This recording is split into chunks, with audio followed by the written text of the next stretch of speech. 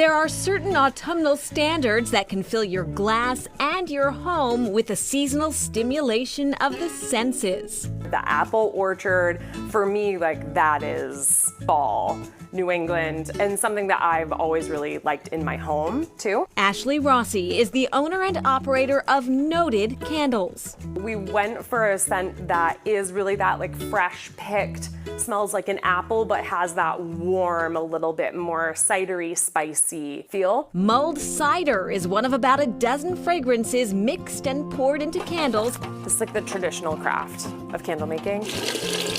That's hot wax, 185 degrees. Right now I'm making a batch of the 8-ounce candles.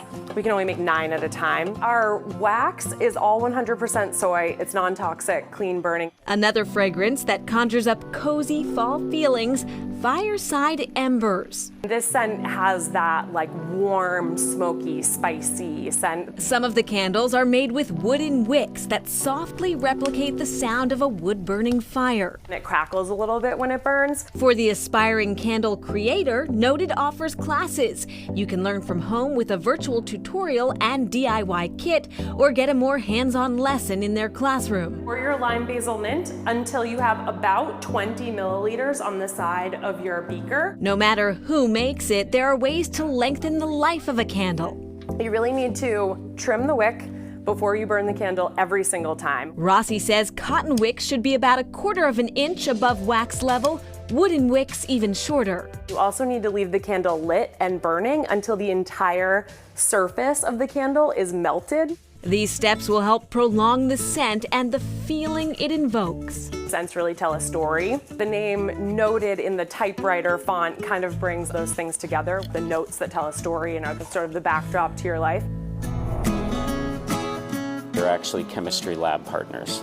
I was the second to last person to join the lab, and she was the last person, so there's the only 2 seats left. Patrick and Beth Downing's fateful first meeting led to 32 years of marriage and a business partnership. He has wanted to open a distillery for several years. Eventually, the pair realized their dream, opening Glen Farmer Distillery and Restaurant in this former mill in Franklin, built in 1883. Alongside a glen.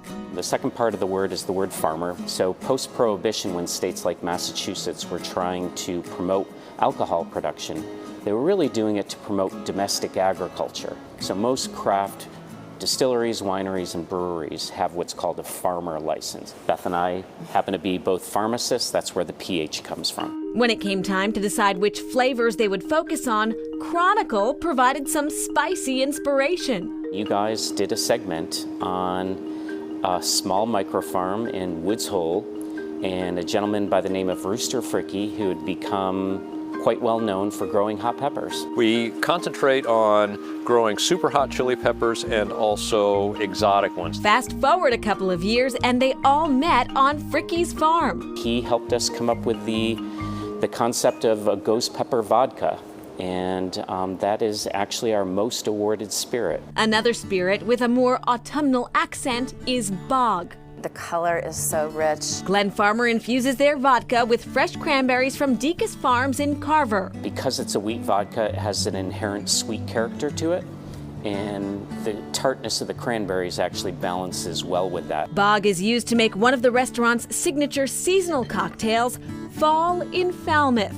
Glen Farmer also has a reserved spiced rum that pairs perfectly with apple and cinnamon, and a whiskey collection. We actually have 3 whiskeys. We do a bourbon, a rye, and a single malt whiskey. Those spirits aged in barrels for years, forged with flavor over time. I really love giving it attention and love and detail. To be able to engage with people and share a little bit about ourselves and what we're doing with them is fantastic. And Glen Farmer's spirits are sold in more than 100 liquor stores throughout Massachusetts. They also do tours, tastings, and host big events in their distillery, including their daughter's wedding. Oh, that's so nice. And back to Noted Candles. They're actually moving from Alston to a new brick and mortar retail location and classroom space. That's in Hingham. They'll be open by early November, they say. All right, coming up, an apple flavored throwback.